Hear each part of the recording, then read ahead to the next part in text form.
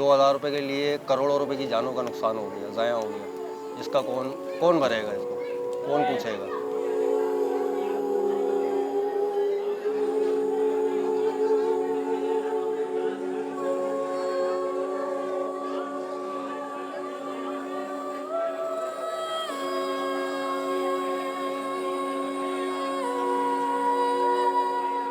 गरीब की लालच क्या है? 2 वक्त की रोटी है। अगर वो 2 वक्त की रोटी उसको उसकी दहलीज पे मिल जाए तो कोई भी सफ़ेद पोश आदमी कभी ज़िंदगी में घर से बाहर नहीं निकलेगा। आवाम को इस मौके पे आपने लाके खड़ा किया, इस हालात में लाके गया, आवाम मजबूर हो गई है। जो बेचारा 2 वक्त की रोटी इज़्ज़त से कमा के घर में हाथ उठा के अल्लाह से दुआ करता था, वो भी मांगने पर मजबूर है। लेकिन वो कैसे मांगे?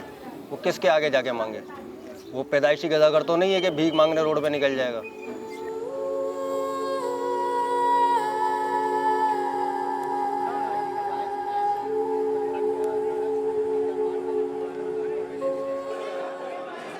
गवर्नमेंट की तरफ से कोई भी जो ऐलान हुए थे, बस वो ऐलानों की हद तक रह जाते हैं। आवाम को कुछ भी नहीं मिला, कभी कुछ नहीं मिलता है।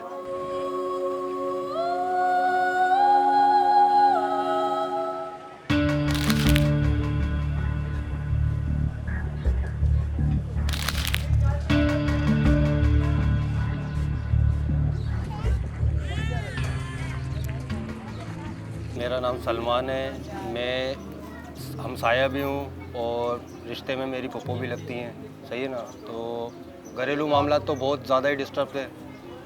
जो शहीद हुई है माफियाबाजी, उनकी बहुत ज़्यादा घरेलू मामला। एक बेवा बेटी है जो घर में बैठी हुई है, उसके 2 मासूम बच्चे हैं।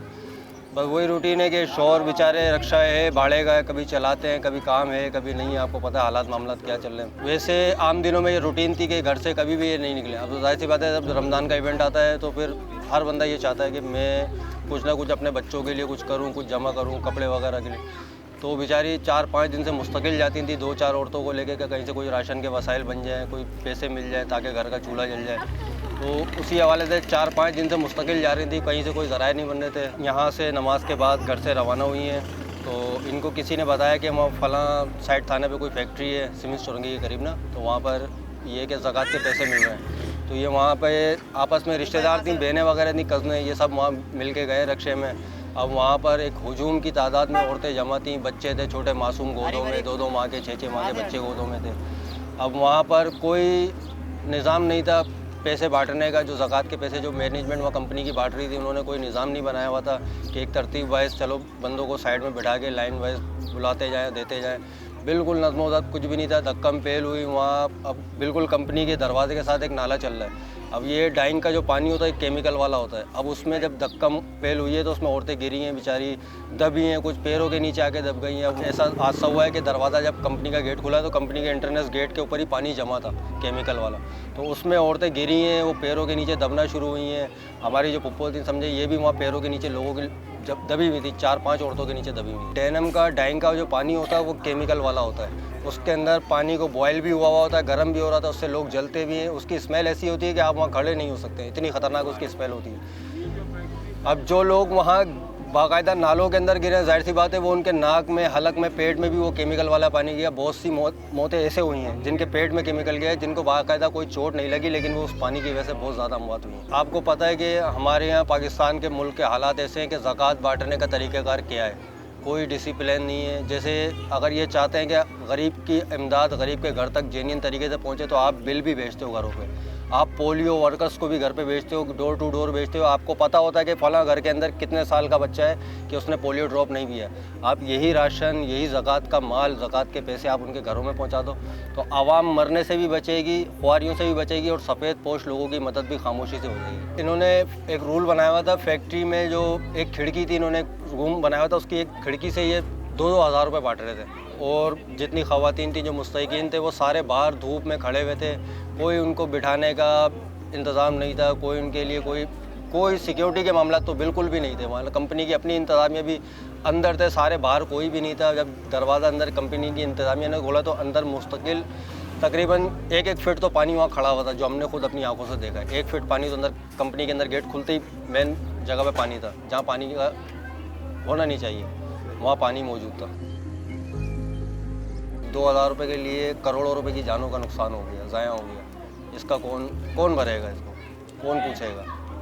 अभी मरने वाले तो मर गए, लेकिन उनके पीछे जो पूरा घराना रुल गया, जो बच्चे हैं जो ज़ेरे किफ़ालत थे, उनकी परवरिश कौन करेगा, उनकी देखभाल कौन करेगा, उनके अनाज का बंदोबस्त कौन करेगा। उनके 5 बच्चे हैं, 2 बेटे हैं, 3 बेटियां हैं, एक बेटी बेवा है जो घर में इस टाइम ज़ेरे किफ़ालत है उनकी, और बाकी जो बच्चे हैं वो अपने अपने घरों के किरायों पे रहते हैं। सब ये खुद किराए पे रहती हैं यहाँ पे। गवर्नमेंट के कोई भी लोग, कोई भी ज़िम्मेदारान गवर्नमेंट के हवाले से हों, चाहे वो बल्दियाती हों, चाहे वो विफाक से हों, सूबाई हुकूमत, किसी ने कोई राब्ता नहीं किया है। फैमिली के किसी लवाहिकीन से कोई राब्ता नहीं हुआ है। ये है कि अहले मोहल्ला ने जो इंसानियत, एक इंसानियत होती है, जो मोहल्लेदारी होती है, वो हम लोगों ने अपना फ़र्ज़ निभाना था, वो हम लोगों ने बखूबी निभाया है। गवर्नमेंट की तरफ से कोई भी जो ऐलान हुए थे, बस वो ऐलानों की हद तक रह जाते हैं। आवाम को कुछ भी नहीं मिला, कभी कुछ नहीं मिलता है। ज़िम्मेदार सबसे पहले हमारी गवर्नमेंट है, वफाकी गवर्नमेंट है, हमारी सूबाई गवर्नमेंट है। सबसे पहली ज़िम्मेदारी इनकी बनती है कि आप अगर महंगाई को कंट्रोल करना है तो आप आवाम को रिलीफ भी दें। आवाम, आपको पता है कि कौन कौन गरीब है, कितनी शरह गरीबों की है। सिंध में, कराची में और भी बहुत सारे ऐसे इलाके हैं जो सफ़ेद पोशों से भरे पड़े हैं। अब वो जाहिर सी बात है भीख मांगने रोडों पे नहीं निकलेंगे। गरीब की लालच क्या है? 2 वक्त की रोटी है। अगर वो 2 वक्त की रोटी उसको उसकी दहलीज पे मिल जाए तो कोई भी सफ़ेद पोश आदमी कभी ज़िंदगी में घर से बाहर नहीं निकलेगा। आवाम को इस मौके पे आपने लाके खड़ा किया, इस हालात में लाके गया। आवाम मजबूर हो गई है। जो बेचारा 2 वक्त की रोटी इज़्ज़त से कमा के घर में हाथ उठा के अल्लाह से दुआ करता था, वो भी मांगने पर मजबूर है। लेकिन वो कैसे मांगे? वो किसके आगे जाके मांगे? वो पैदाइशी गज़ागर तो नहीं है कि भीख मांगने रोड पे निकल जाएगा। अल्लाह ने ज़िंदगी दी है, पालने वाली ज़ात रब की है। अब जाहिर सी बात है निज़ाम ज़िंदगी तो चलाना है। अब जो बच्चे हैं वो सब्र के अलावा कुछ नहीं कर सकते। ना उनका कोई पुरसान हाल है, ना उनको कोई गवर्नमेंट के लोग रोज़ाना आके पूछेंगे, ना कोई फैक्ट्री मालकान आके रोज़ उनको पूछेगा। मेरी तमाम बड़े हुक्काम बाला से, तमाम ऐसे फलाही इदारों से गुजारिश है कि ऐसे जितनी भी फैमिलीज़ हैं, जितने भी लोग हैं जो इस हादसे में, साने में शहीद हुए, बराए मेहरबानी आप उनके घरों पे जाएं, उनके घरों की कंडीशन देखें, उनकी किफ़ालत में कौन कौन पल रहा है आप उनको देखें। तो उनकी आप जो तौफ़ीक हो सकती है, जो मदद हो सकती है, सालाना राशन आप उनका बांधें, पूरे साल का राशन आप उनका बांधें, ताकि वो ऐसे हादसा से, ऐसे मसलों से बच सकें।